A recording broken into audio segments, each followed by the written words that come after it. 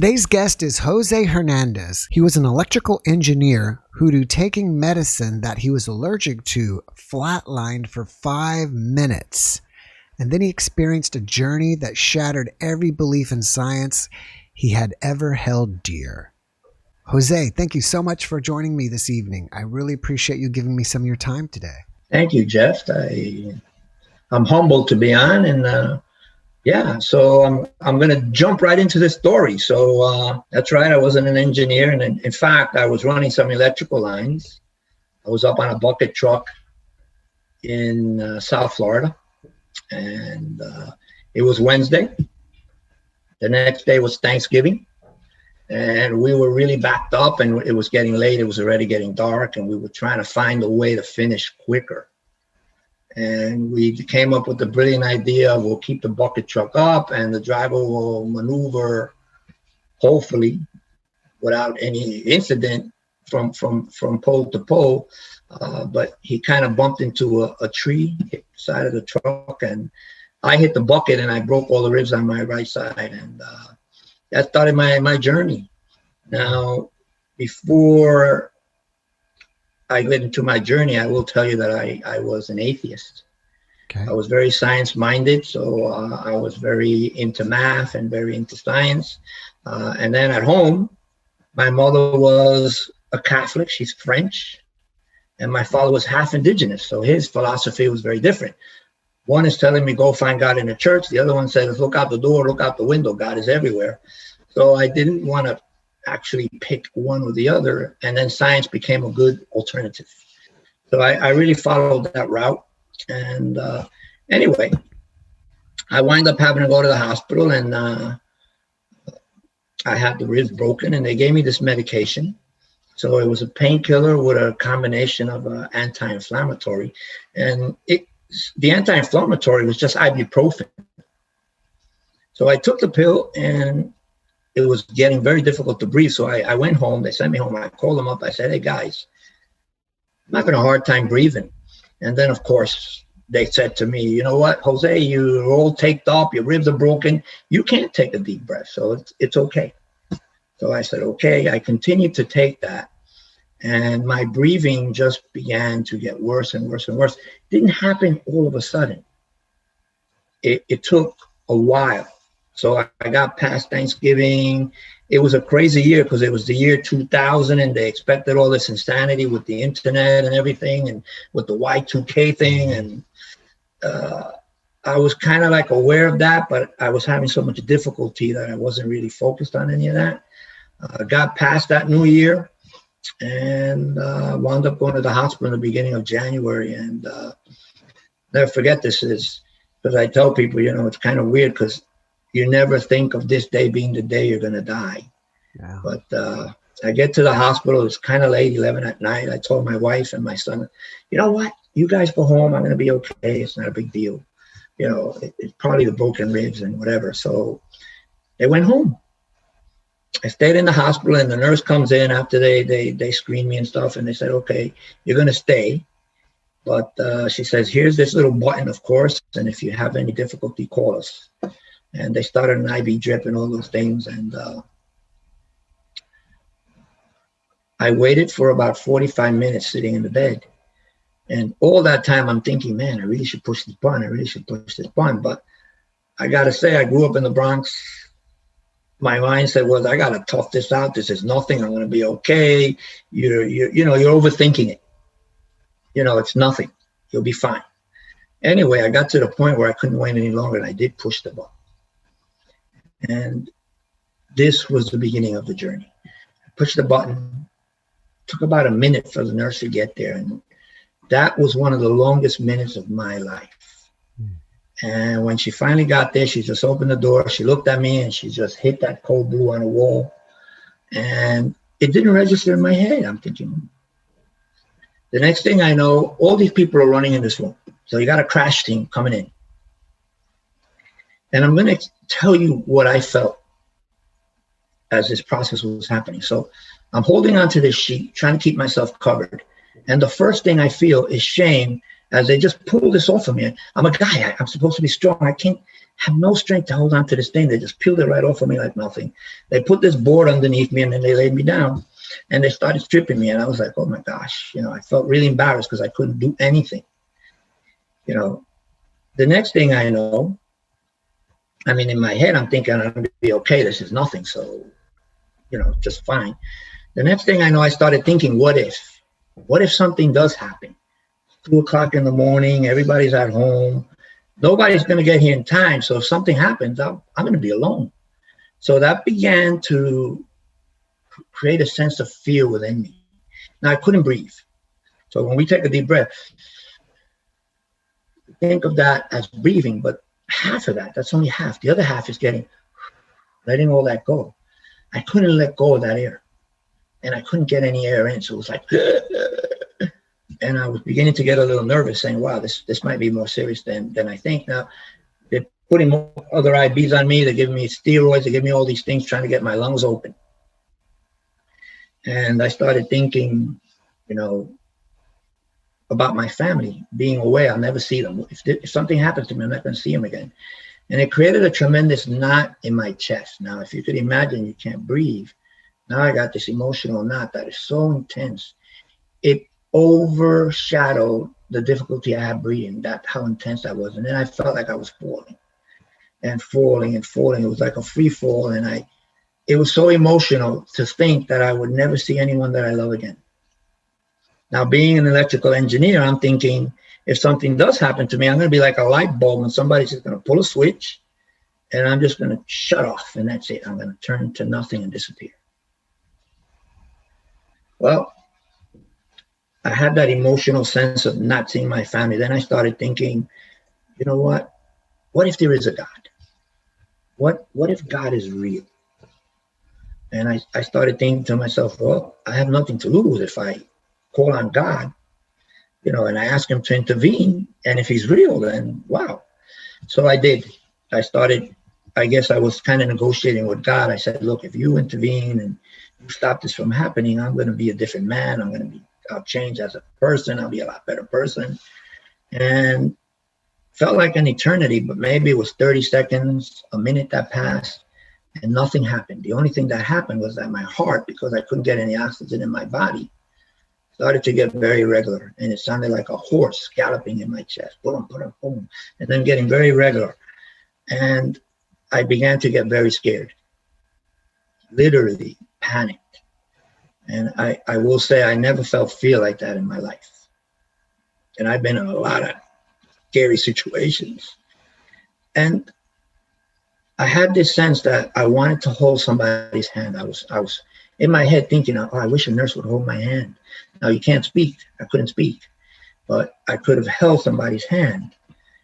But I started thinking about my dad, and I started thinking about the way he was and how we grew up and how I wasn't supposed to show fear. I wasn't allowed to show fear. He taught us not to cry. He taught us to be like really tough, crazy people, right? Emotionless would be a good word. And I actually stiffened. My body went, I'm not going to show any fear. I can't do that. And the next thing that happened was my heart began to stop. And as that was happening, I began to hear the IV drip. And it sounded like water splashing on a tin roof. It was like splash, splash, splash. And then when I looked at the wall, I could see the grain in the wallpaper. In my head, I'm going, wow, what is happening here? My senses were so like acute. They were like insane. And I looked at the door frame, and it was really brightly lit. And I saw a shadow standing there. And I started thinking that at this point, there was nothing I could do to stop the chain of events. What was happening? I can't stop it. And I started thinking, because of the way I grew up, I started thinking, well, if I do that, am I quitting? Am I giving up? And I started telling myself, no, I'm not quitting and I'm not giving up. No shame in what I'm doing. I just understand that there's nothing I could do to stop what's happening. And the minute I said it was okay to die, I said to myself, it's okay to die. You had a hard life. you had a really hard life and it's okay. And the minute I said the thought that, the shadow moved from the door, just weaved around everybody that was in that room. She to me, it was a feminine energy. I'm not sure what it was. It reached out and touched me. When it touched me, I just felt this tremendous sense of love and peace and calm, and a breeze just blowing over me. I wasn't struggling to breathe anymore. I know I was, but I wasn't. If that makes any sense. I felt completely fine. In fact, I never felt better in ever. The best I've ever felt. And this overwhelming sense of love and peace and calm, and this breeze is just blowing. And I got crazy long hair. And I'm thinking, wow, my hair must be blowing in this breeze. And I just felt myself lifting. And then the next thing I know, I was standing in the corner of the room. And I was watching the crash team doing CPR. And they're trying to stick a tube, intubate me. They're trying to do all these things, and I'm just watching and observing. And then there's certain moments, even in your near death, that become like the defining moment. This was one of my defining moments. I looked at myself and I said, that's me and I'm dead. And then I asked this question, which is still a very powerful question to me, even to this day. I said, if that's me, then who am I? Because everything that I need to be doing this, to be thinking, to be seeing, to be feeling is dead in my body. How's this possible? So I hear a voice on my left side, and a woman says to me, you have to think of your body as if it was a car. Except in this case, your body, your car has 5 million miles. You can't fix it anymore. So you need to now say goodbye to your body. And I'm thinking, I just finished saying it was okay to die. Now I'm being asked to say goodbye to my physical body. And the most magical thing happened. I look at my body, and for the first time in my life, I love who I had been. I loved my body. My body was perfect. It was an amazing vessel that gave me an opportunity to enjoy all those lives, all those years that I had lived. And I had never been happy when I was alive with how I looked. There was always something wrong. I was never good enough. I was so judgmental. And at this moment, all that was gone. All that left. I became perfect. I loved who I had been. And then I started to get these little memories of me holding my little brother's hand, or somebody smiling, a hug, all these little things, taking a deep breath, a sunrise, leaves blowing in the wind, birds flying, the sounds of all these things. And it told me in a way that I had missed a lot of life, because I had all these things, all these wondrous things every moment of every day. And I chose, because I wanted to work or do this, or I was competing, I wanted more money, I wanted this. I chose not to recognize it, not to see it. And in this moment where I was saying goodbye to my body and I was dead, I realized that 99% of my life, I was exposed to that. And I never acknowledged it. I never said, wow, what a beautiful day. Occasionally you go somewhere beautiful on vacation. Oh, wow, it's beautiful. Look at these mountains. I had never done it. And I realized that the simplest things in life are what has the most value. And then once I had recognized that, the voice said to me, we got to keep going. So we started walking. It was like this big black hole in front of me. And I kind of walked into it with her. And I fell, and I feel this tearing. I hit the bottom, I hit the ground, my knees kind of bend, and then she said, no, we got to keep going. And I see this other black hole, and I went right in it again. I fell, and same thing, ripping. I hit bottom. And when I hit the bottom, I found myself, if you could visualize a bowl, you're right in the middle. And I'm hovering in the middle of this board, and all around me is just color. All these colors, and they're moving, they're living there, and they're talking. And I could hear this chatter, like a million voices going, shh, shh, shh. And I'm like incredibly fascinated, because while all that's happening, you just feel this tremendous sense of love and peace and calm. And I felt the colors coming towards me, or they were drawing me towards them. I don't know which. All I know is that I merged with them, and I became those colors. And as I moved into it deeper and deeper and deeper, you know, I could hear them clearly in my head, speaking to me, telling me, giving me like a blueprint of paint and things like that. I came out, finally emerged on the other side, and the first thing I see is this incredible forest, this beautiful landscape, these mountains, and I could see the dark clouds, that the dark shadow that the clouds are making on the mountains. Now, I grew up in a city. That was I rarely saw mountains and things like that, and even in Florida, no mountains, totally flat. Yeah. So I always find it interesting that that's where I was, and this beautiful landscape of trees and all these animals roaming, and really beautiful. And then I had the thought, and I said, what's going to happen to my kids? And I heard a voice, and she just said to me, don't worry, you can see them from here. And that made me incredibly peaceful, and I just kept moving. And I realized at one point, I'm flying. And I said, oh, I'm flying. And the voice said to me, that's normal here. So I said, okay.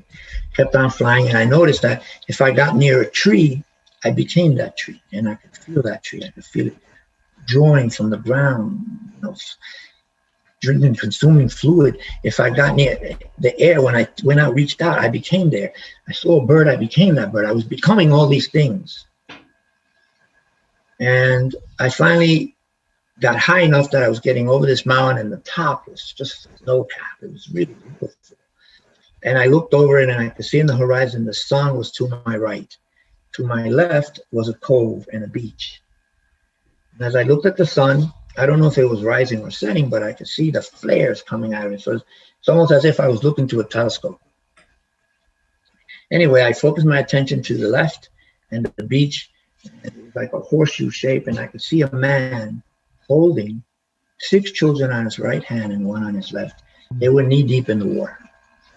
And I said, well, let me go check that out, kind of, right?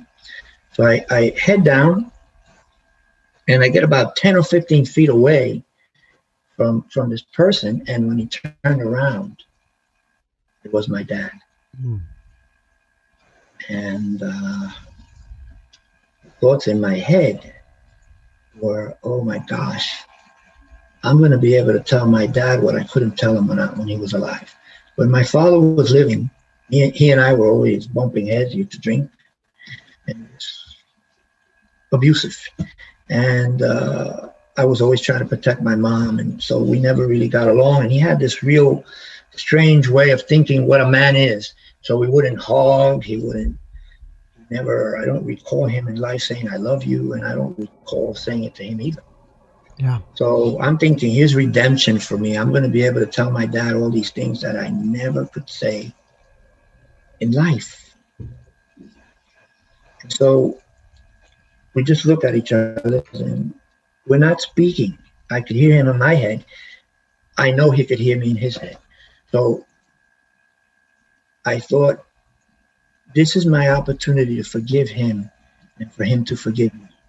So we got together and we hugged.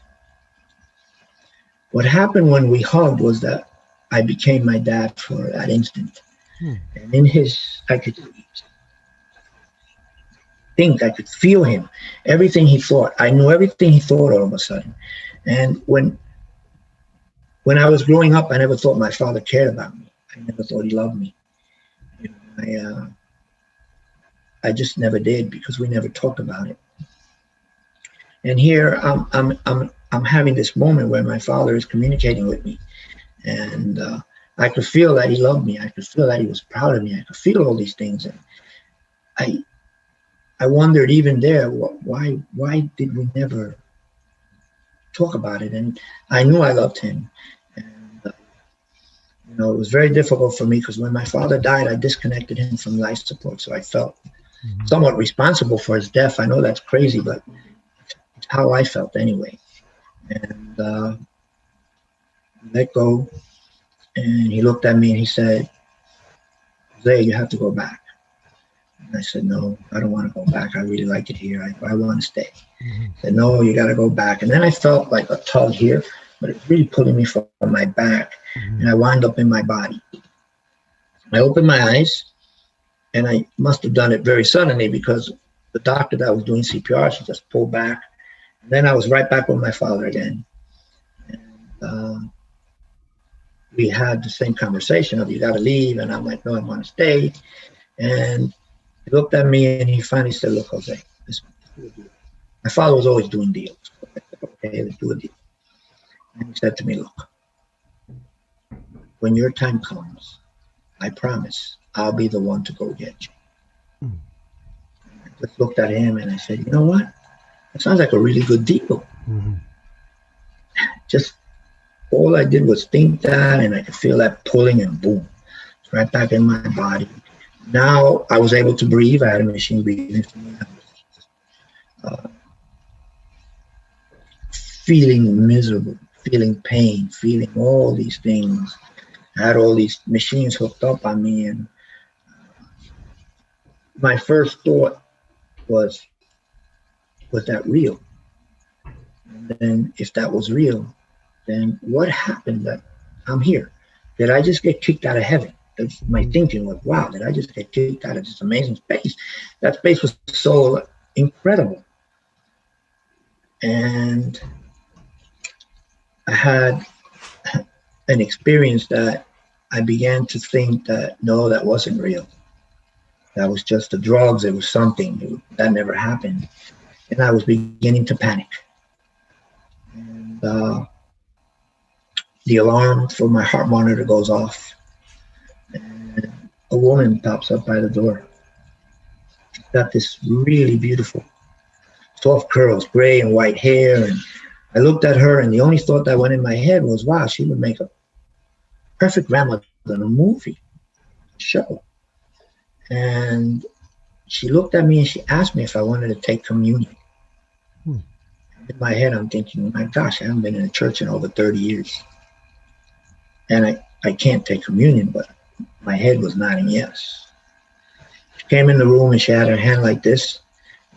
She put her palm, she had like oil in her palm, and she rubbed it. She put it right on my forehead. The minute she touched my forehead, I was like dead again. Peace and calm and all that grace. I was just immersed in it again. And she said, "I'm going to leave this at your desk." She did leave something there. Now, my prognosis when I was in the hospital was, you're not going to leave this space alive, so go take care of your affairs. And I wound up in the hospital for 3 months. Wow. It was a very slow healing process. And what would happen was every time a cold blue was hit, my physical brain is thinking, that's going to be me again. What I did was I would go to that space where I was in the middle of that bowl, all those colors around me, and I would find that to be my safe haven. That was my go-to. And I found out I was doing that often because there are a lot of cold blues when you're in an ICU. Anyway, 6 weeks later, I got out. I'll never forget this, when I was able to speak.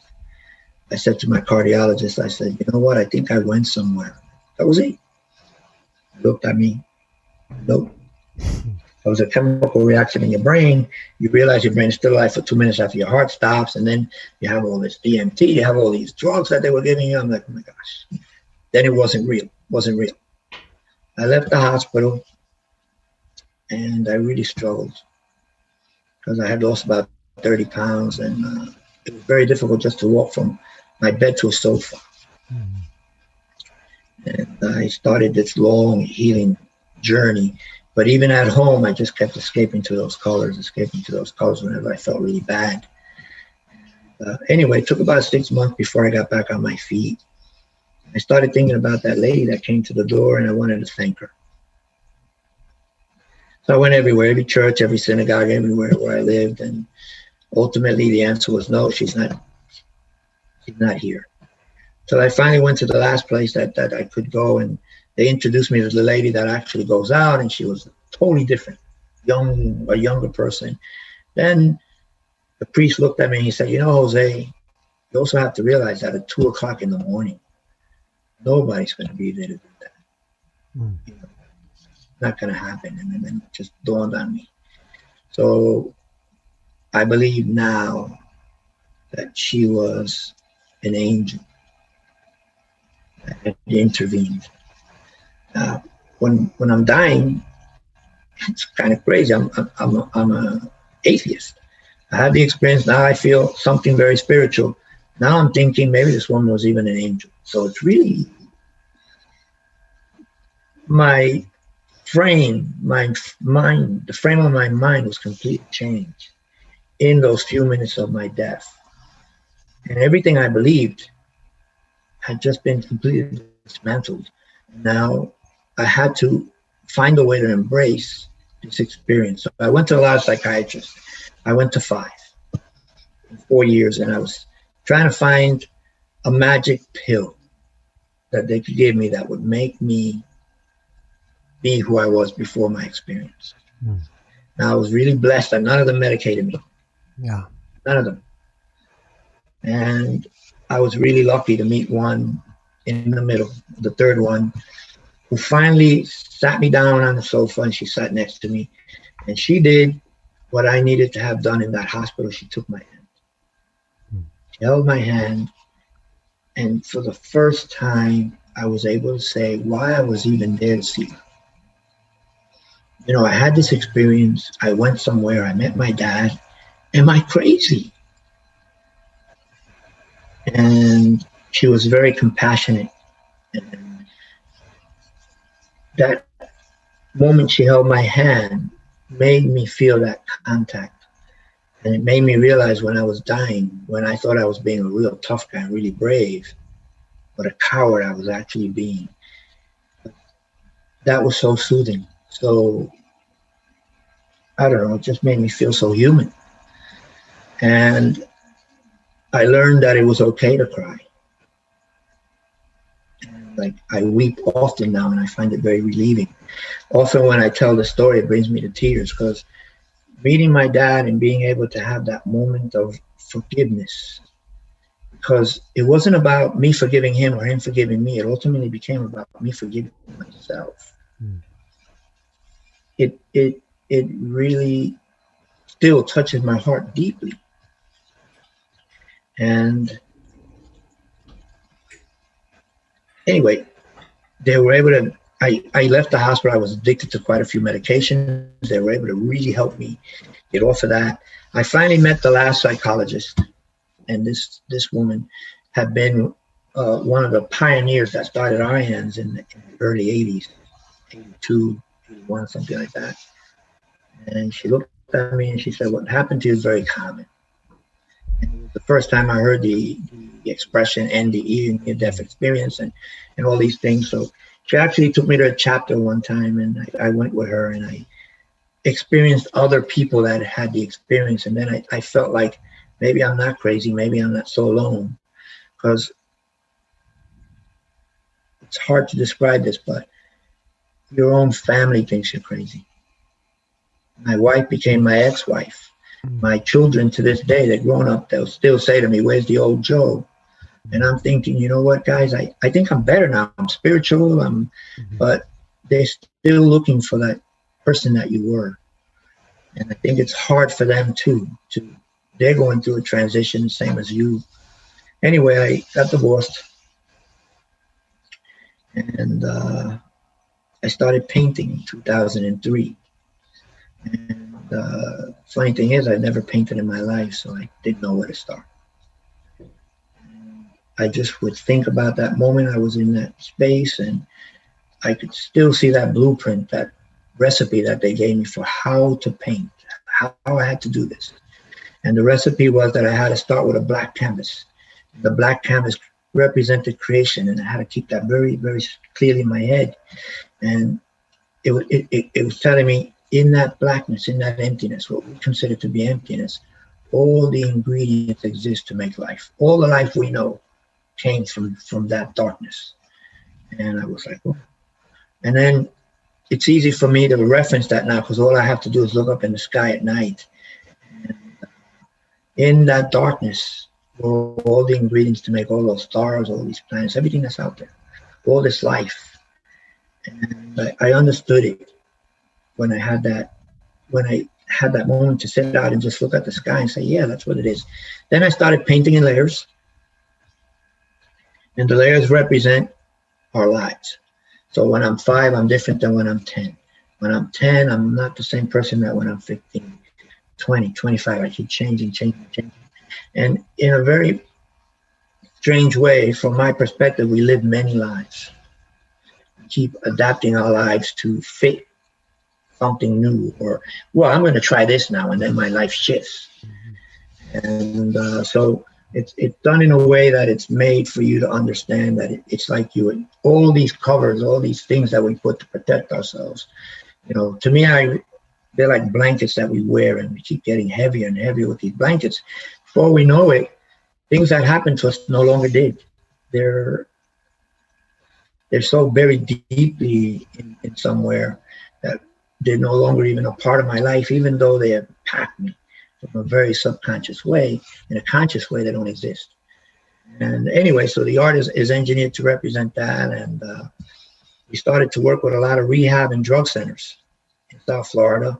And we found that it helped people have what they call breakthroughs, and it created trust.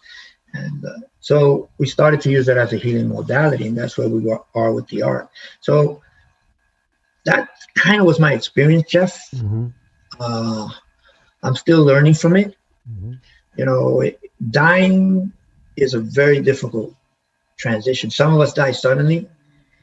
I had the experience of dying slowly, so there was an awareness that I was dying and that I was going to sustain loss. Then the moment I did finally transition, I realized that I didn't sustain any loss. Mm-hmm. Anything that was relevant or important to me in my life was able to move with me, and it moves with me in my thoughts and my memories.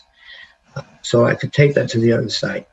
Everything else stays here. So anything that I had that was physical, that I thought was valuable, that I thought had worth, you know, cars, computers, you know, luxury, all these things, they're not really as important as I thought they were when I was living. So the shift in my life is that that's not so relevant in my life. I needed to live, but I don't need the way I used to think. So I was very competitive, and now I'm very low key and calm, and I love living the life that I'm living.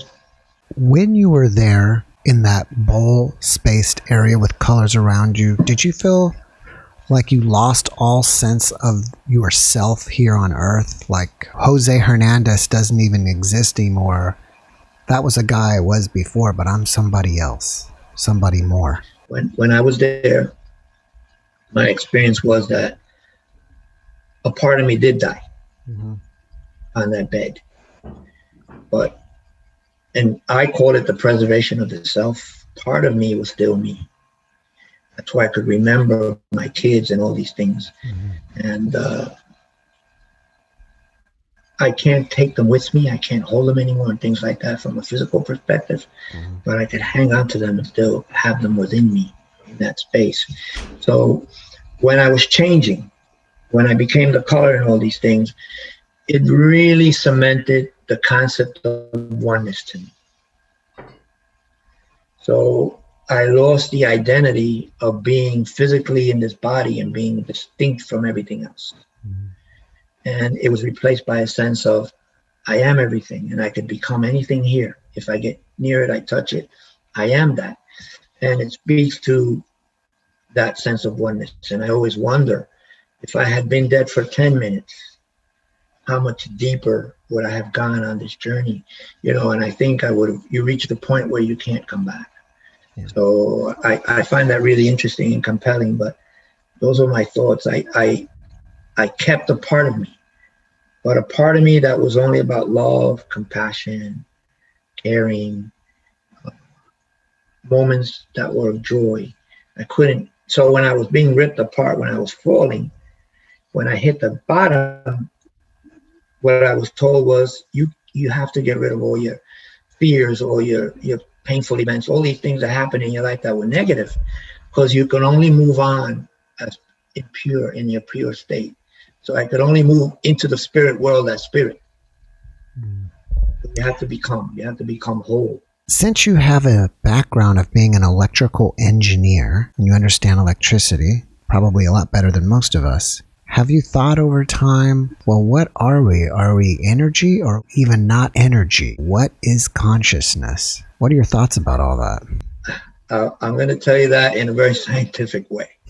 So I visualize myself as a electron or a photon. And these are fundamental particles. And I visualize myself that way because a fundamental particle, in theory, exists in the entire universe at the same time and only becomes a particle when it's observed. So it's always in a wave. And when you observe it, it becomes a particle.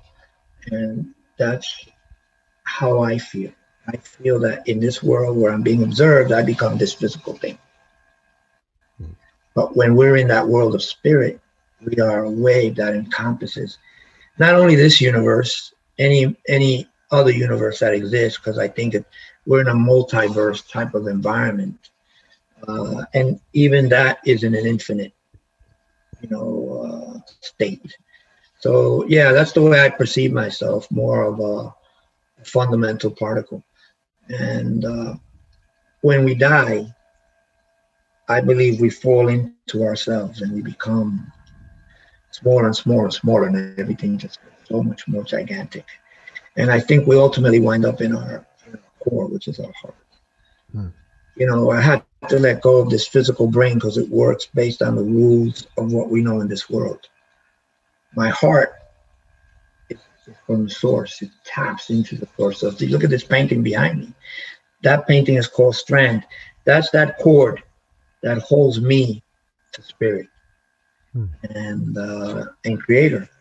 And when I transition again, that strand is what prevents me from getting lost. It takes me home. And when I get home, I become part of the whole. And when I say the whole, I mean everything that exists in every universe, every dimension, and everywhere. So it's interesting because it takes time for you to begin to define that experience of death. And I finally feel comfortable defining it that way.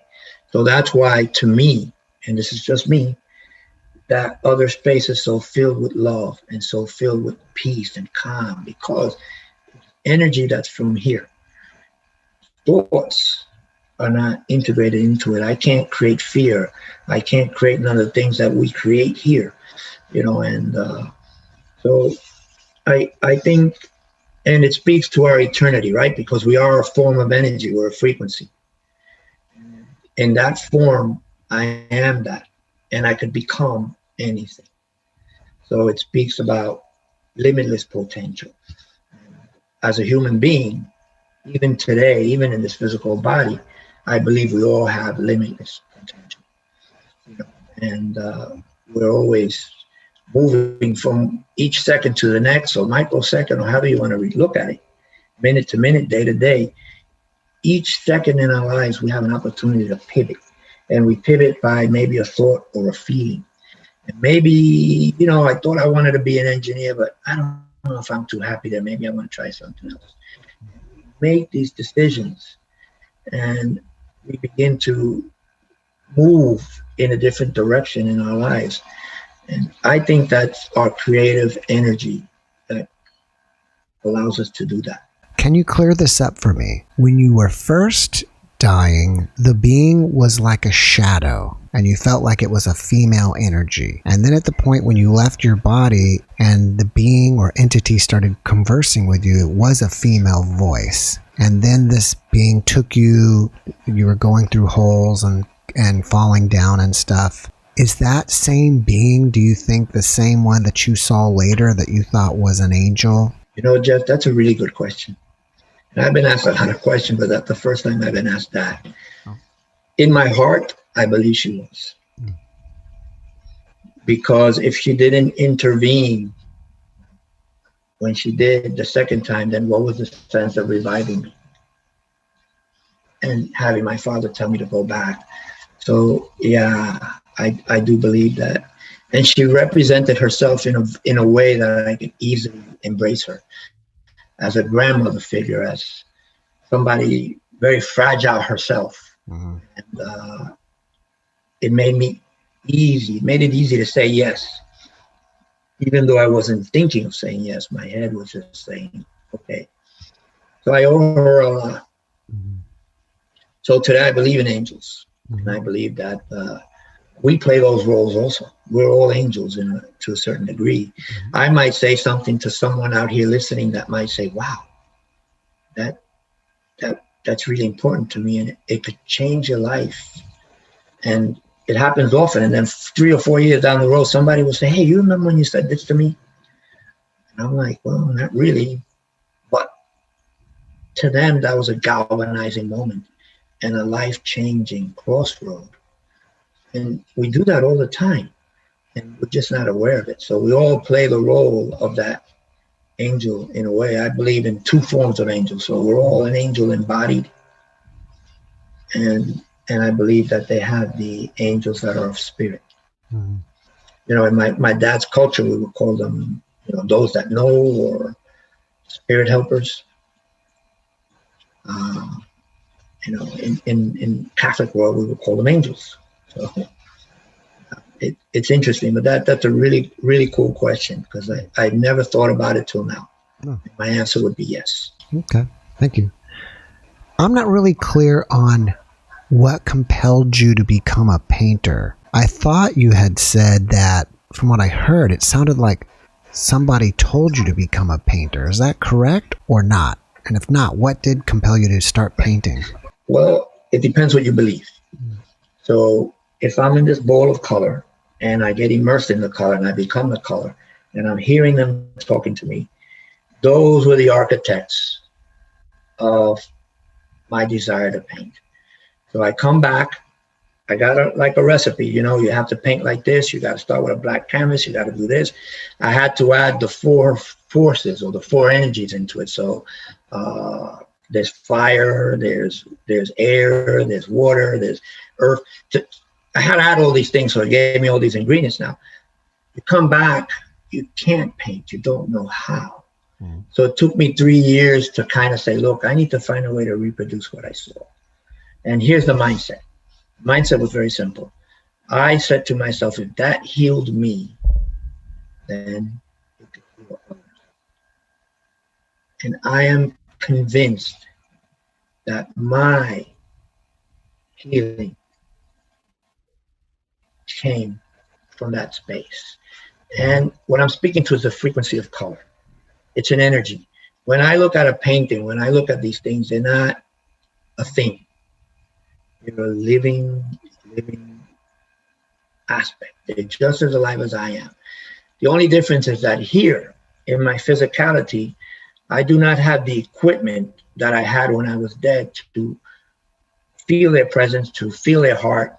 You know, over there, I could feel a heart in a stone. Everything had life. And I came back with that understanding that even though I don't see that here, I don't feel it the way I felt it. The art does speak to me. So when you see something that you love, Jeff, you go, oh my God, I love that. Maybe I want to buy that piece. To me, it's that piece of art communicating with you, telling you something that is resonating with your spirit that you say, I want it, or I want to try to get it. And I think that about everything, even a car. Oh, I want this car. I want that car. I want this. To me, those things are no longer a thing. They have an aspect of life associated with them. But those voices and that recipe, that blueprint that they gave me, is what I was actually able to use to start painting. And some of these images, like that one there, has over 200 layers. Wow. And what happens is if we light that in a very unique way, the colors begin to move. and I call it living color. Mm. And what happens is one layer is being pulled from behind the other.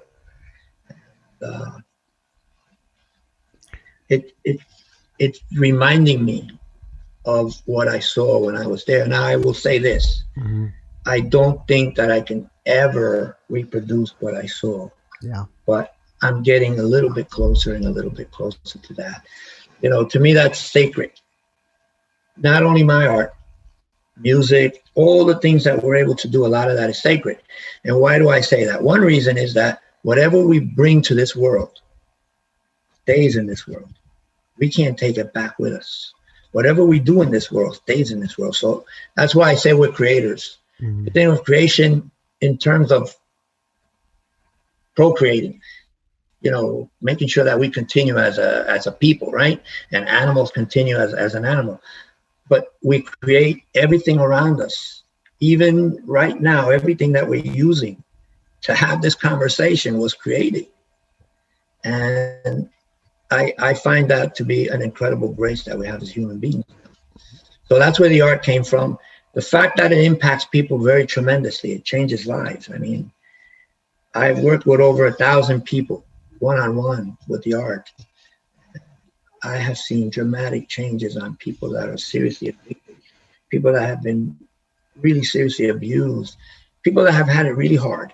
Because when you work in these addiction centers and these centers like that, nobody's having an easy life there. And so I'm very proud and happy that it's been able to do that. My dream now is to get it out into the world, to get it out into the masses. So I'm glad that I'm having this opportunity to speak here with you, Jeff, because it gets it out there. And I'm hoping that people ultimately get to experience some of this and you put a light on it and it begins to move. In fact, if you go to my website, I have a free meditation that you can download for nothing. And you'll see the color moving very slowly, but in a very subtle way. But you can see it changing from the original, and when it's over, it's back to the original, but it goes through a tremendous gamut of change. And it causes a lot of calm and peace. I mean, I'll just include this in. I'm working with 2 hospitals now to create 2 incubators for research that are based on the art, and do they have an impact? So if I have surgery, will it help mitigate my need for pain medication? If I'm very distressed, will it help to calm me? And we have 2 hospitals that have agreed to start a program, and hopefully it'll be in place really soon. That's amazing. First, I want to say on the painting on your wall, I just saw that, but once you added the information about the thread that holds you, I thought that was very interesting. I have here a few of your other artworks. I'll post these for the people to see. Please post them. These 3 pictures? Please post them. One of them, the one that's, because I have a First Nation, part of my background is First Nation, speaks to our grandmothers. So you'll see them in shadows. And it speaks to what we call our 7 grandmothers, which is our entire bloodline. The art is engineered to reconnect you with your entire blood tree, your family tree, your bloodline. And it allows you to honor that, because you wouldn't be if it wasn't for all that. So if it wasn't for 200 years ago, 2 people getting together, that could be my great-great-great-great-great-grandparents. And no matter what a harsh condition it was or how beautiful it may have been, I wouldn't be here. And so it allows us to honor them and to kind of move through that journey to ultimately, as you move through that art and you get to that black space. So there's always a core. When you get to that black space, you're in that space of creation. And what it speaks to is your ability to be unstoppable. It speaks to your unlimited potential. It speaks to that. And that's where I go to nourish myself.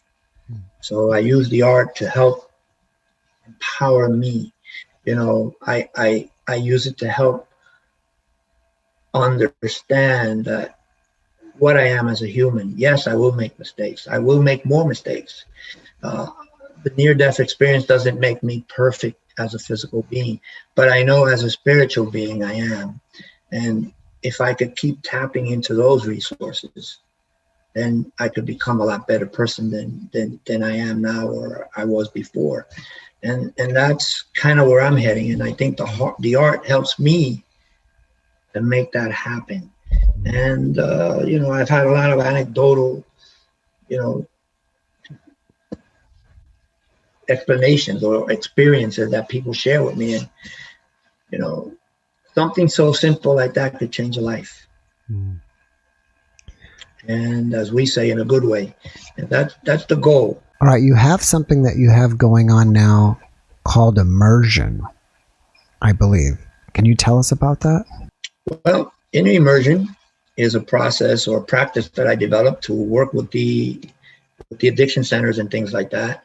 And it's a practice where I'll share this with you. When you walk in, we ask you 7 questions and we give you 2 pieces of paper.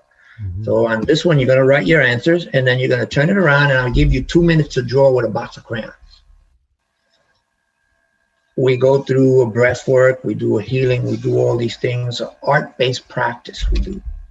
It's actually called an evidence-based practice. And then when we finish all that, we ask you the same 7 questions, and we ask you to draw again for another 2 minutes. And the shift is very dramatic. So then what we do as a group is we take the paintings and we interpret them. And I found in my experience in doing this for like 17 years, it's been that we all want to tell our story. I'm having an opportunity to tell my story here, but we all want to say who we are. So that's why I dress the way I do. Talks about some of my culture, some of who I am. Everybody does everything in a way so that people, when they look at them, it tells a little bit of their story. And some of us want to hide, so we kind of dress and we hide. Some of us are more like, here I am, I'm in your face. But everything we do tells your story. So even when we draw, we're not drawing randomly. We're actually drawing something that's very relevant to who I am. And the practice is based and revolves around that moment that I saw myself dead, and I said, that's me and I'm dead.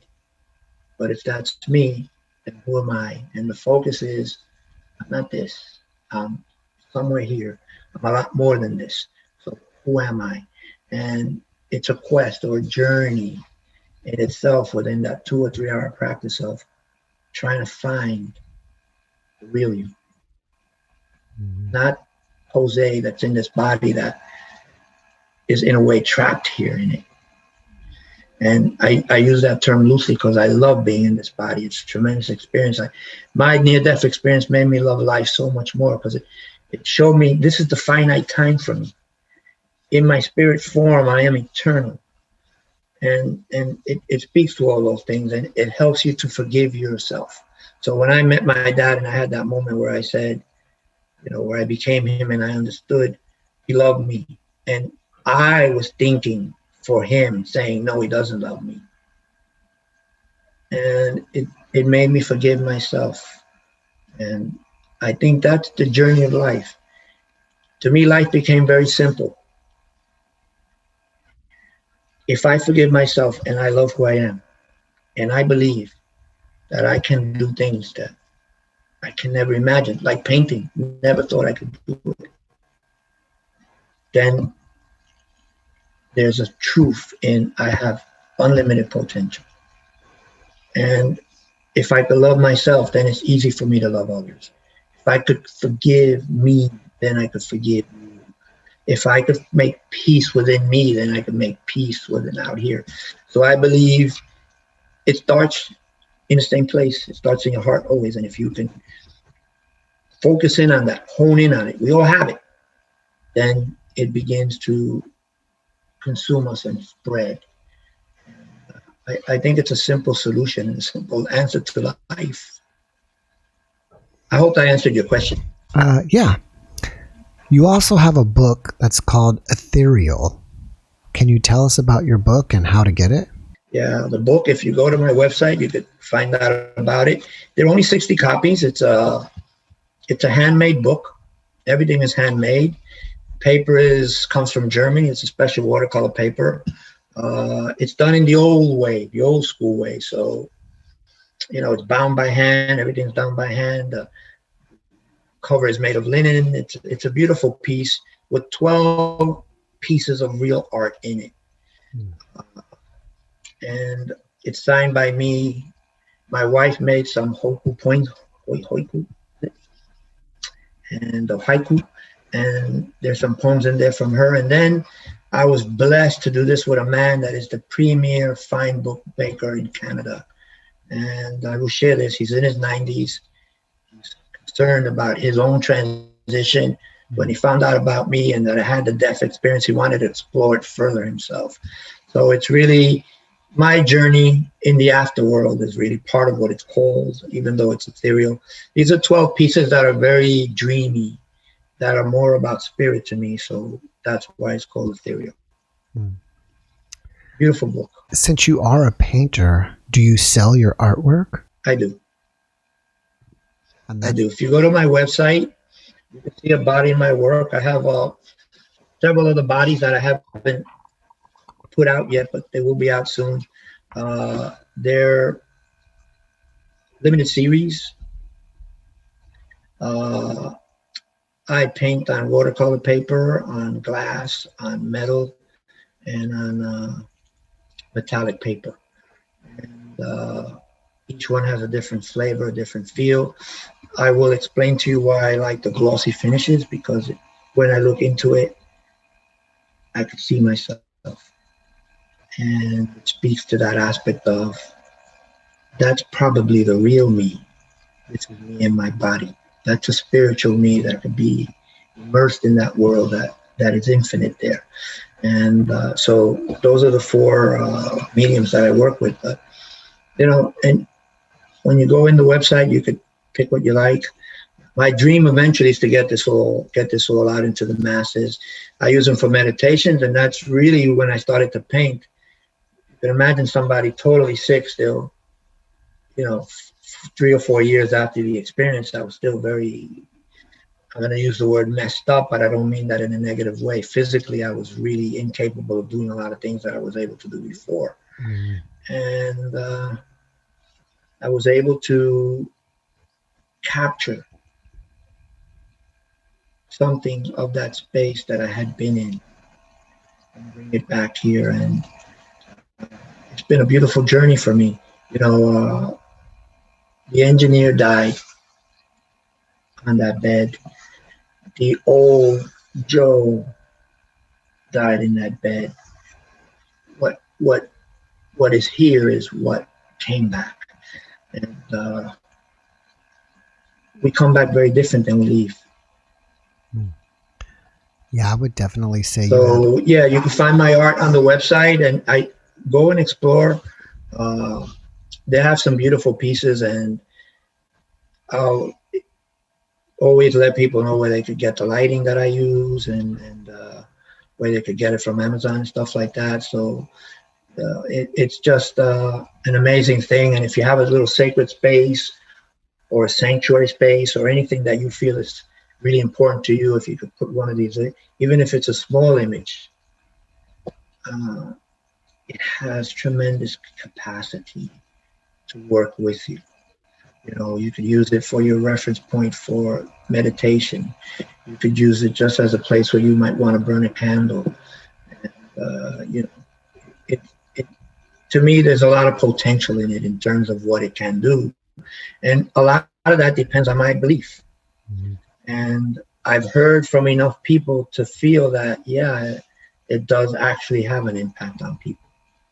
Before we started the podcast, you mentioned that you are on a Netflix special that was just released. Can you tell us what that Netflix special is called? Yeah, I had an incredible opportunity to do a show for Netflix. It's called Surviving Death. It was a book that was written by an investigative journalist.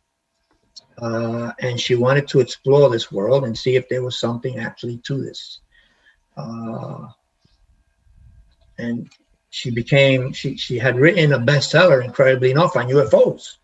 And she became famous because in her investigative research, she found evidence that might support these things.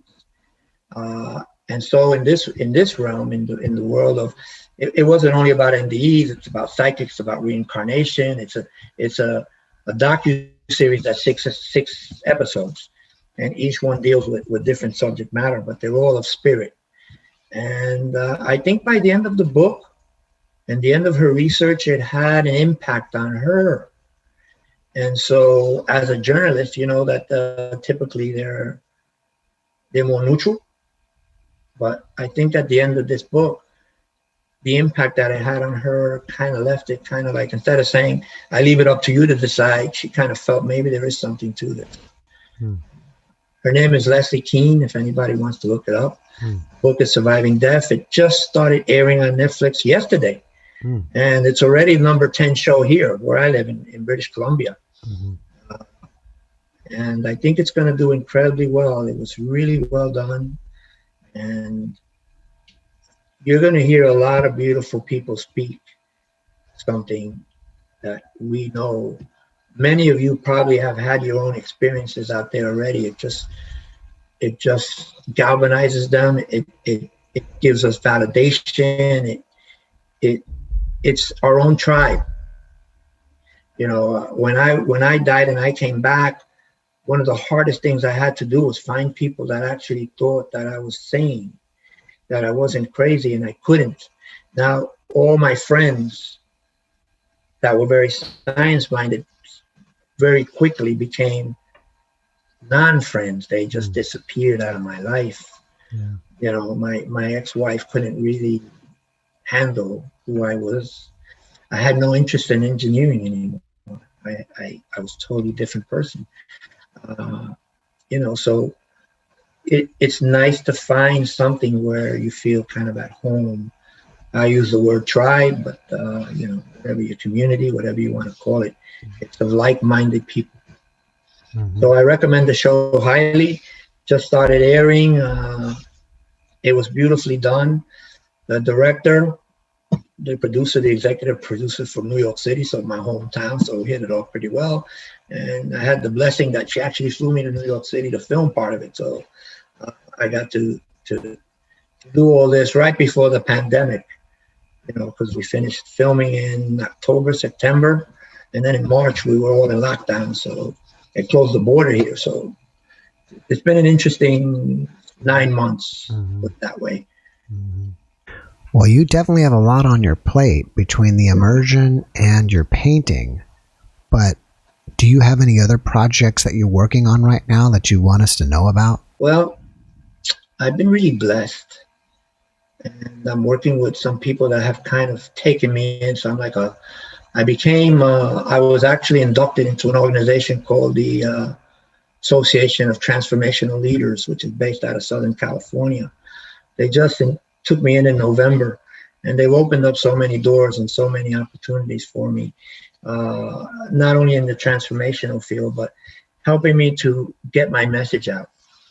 So I've created some workshops and some video, and I have a special program that I'm really proud of that's just coming out, and you're all welcome to go to the website and explore it. But it speaks to two aspects of my journey. One, loving who I had been and loving my body. One, forgiving myself, and how to apply that in real life. There's a 21-day practice that comes with that, which teaches us to understand what is important in life. And once I identify what's really, truly valuable to me, then I could begin to pivot and change my life in a way that you don't find yourself like I did, dying on a bed suddenly. And so many things unsaid, so many things undone. And, you know, we can make that transition a lot easier. And so it teaches us what has value in my life. You know, maybe it's this cup that's very valuable because I drink coffee every day. With it, it becomes a part of me. It's no longer a cup. It has value. And so you begin to identify these little simple things that mean the most to you, the people in your life that are the most important. It's a beautiful program. and a life changer, changes lives in a good way. Hmm. But completely based on my experience of death. You know, I was thinking that I'm going to put your website in the description of this video, but this podcast also goes out over Spotify and iTunes and other things like that, where it's completely audio. So for those people who are just listening, can you tell me what your website is so I can find you? Yeah, it's www.innerimmersion.org. And if you put a / Dare to Dream, it'll take you right to this program that we're just talking about. But if you go to the website, you'll be able to see the artwork. You'll be able to explore all kinds of things. And, you know, I think it's going to be, from my mind, all I want to do is help the world.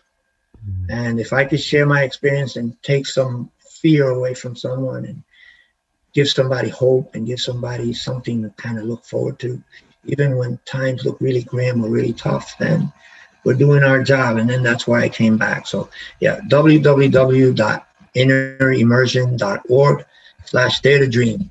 Okay. And it'll take you right there and explore all your life. I look forward to having you come and attend. And if you go there, you can download the free video, the meditation, and you can see that art kind of moving very slowly and get an idea of what I'm talking about.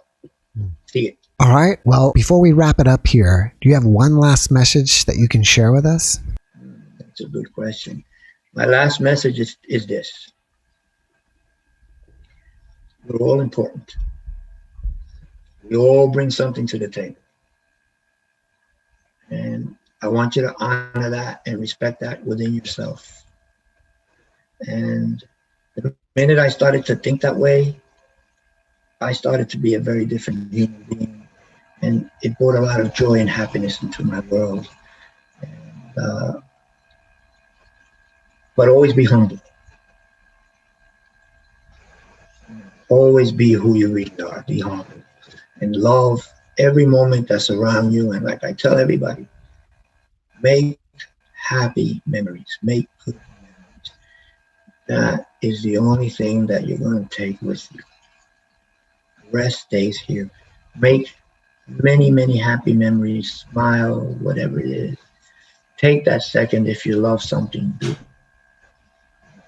Even if it's just looking out a window and seeing birds. Because in the city, there wasn't much that I could see other than a building across the way. But embrace the beauty that's wrapped all around you. It's there for you. Thank you for that message, Jose. And thank you for being my guest. I really appreciate you. And I wish you massive success with everything that you're involved with. Thank you very much, Jeff. And to all of you, may spirit always be with you. And may you find only light and love on your journey. Likewise to you, my dear friend. Stay healthy. Stay safe. Many blessings. Thank you, and I wish you the same. Thank you. Bye-bye. Thanks for watching the JeffMara podcast. I really appreciate you. Another way to show support is through YouTube memberships. And if you do, there are loyalty badges and other perks depending on your level of membership. All you need to do is click the join button underneath the video to find out more. Thank you for your support.